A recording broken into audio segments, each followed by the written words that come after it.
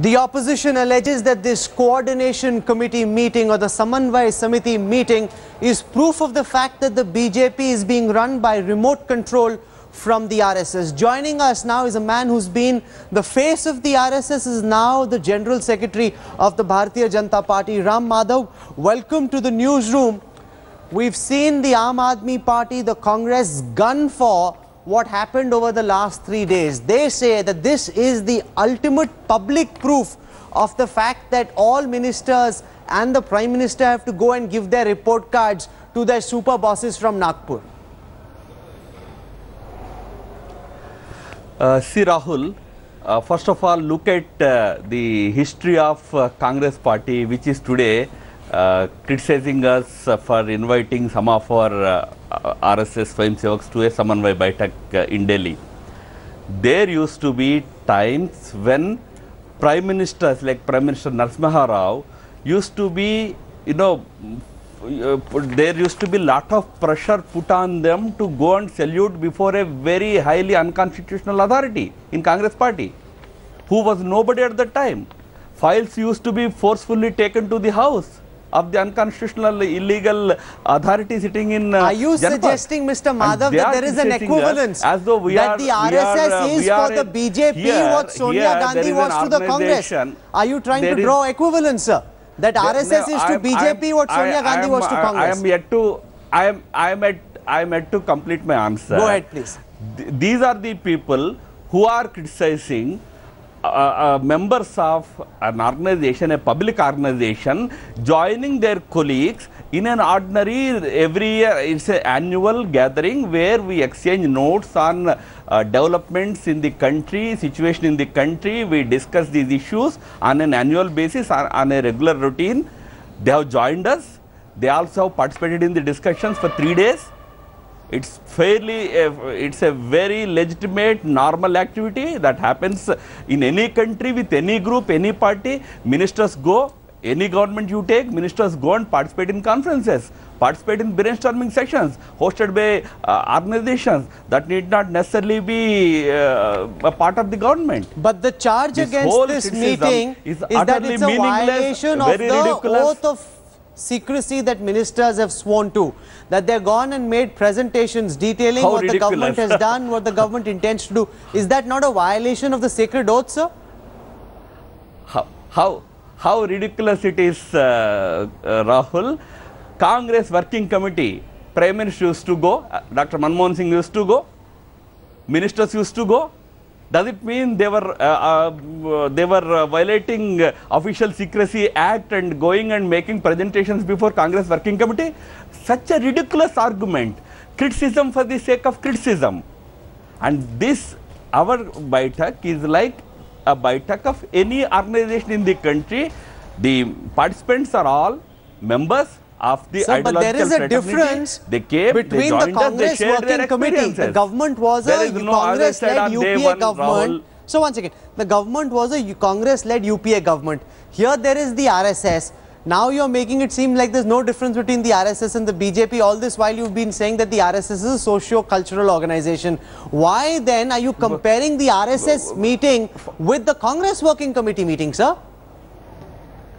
Actually, you misunderstood what I am saying. I am not comparing. I am only saying they have no right to criticize us because what they used to do was patently illegal. Here, there is an organization which is a great big public organization. It has held a meeting to discuss about the situation in the country. Number of constituents of the Parivar were there together. They have all assembled there. Some members in the government, they happen to be ministers today, but they used to participate in these sessions even before, when they were not ministers. So they used to participate in these sessions only to exchange notes. Where is the question of official secrets being disclosed there? Where is the question of reporting being done there? I said it on the first day itself. There was no review. There was no reporting of ministries here. It was only about discussing about the national issues, like national security. Tell me, Mr. Madhav, what's the big CIA organizes a conference. Ministers go. Is it like disclosing secrets?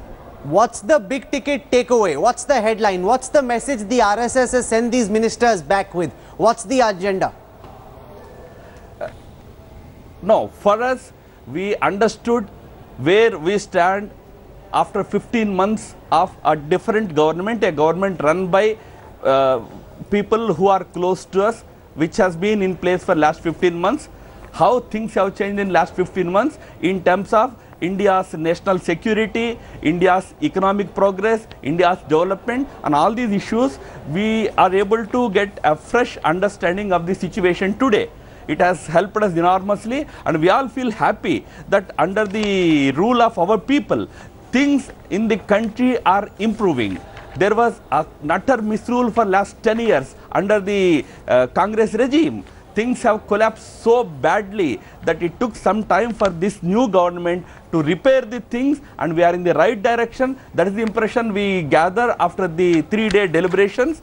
What are our expectations? What is the country's situation? All that has been discussed, and we are happy about the information we gathered from this BITAC. Okay, in this meeting, VHP leader Praveen Togadia raised the issue of the census and apparently the speed at which the Muslim population is growing, even though that interpretation seems to be wrong. But he's essentially saying that it should be a punishable criminal offense for Muslims to have more than 2 children.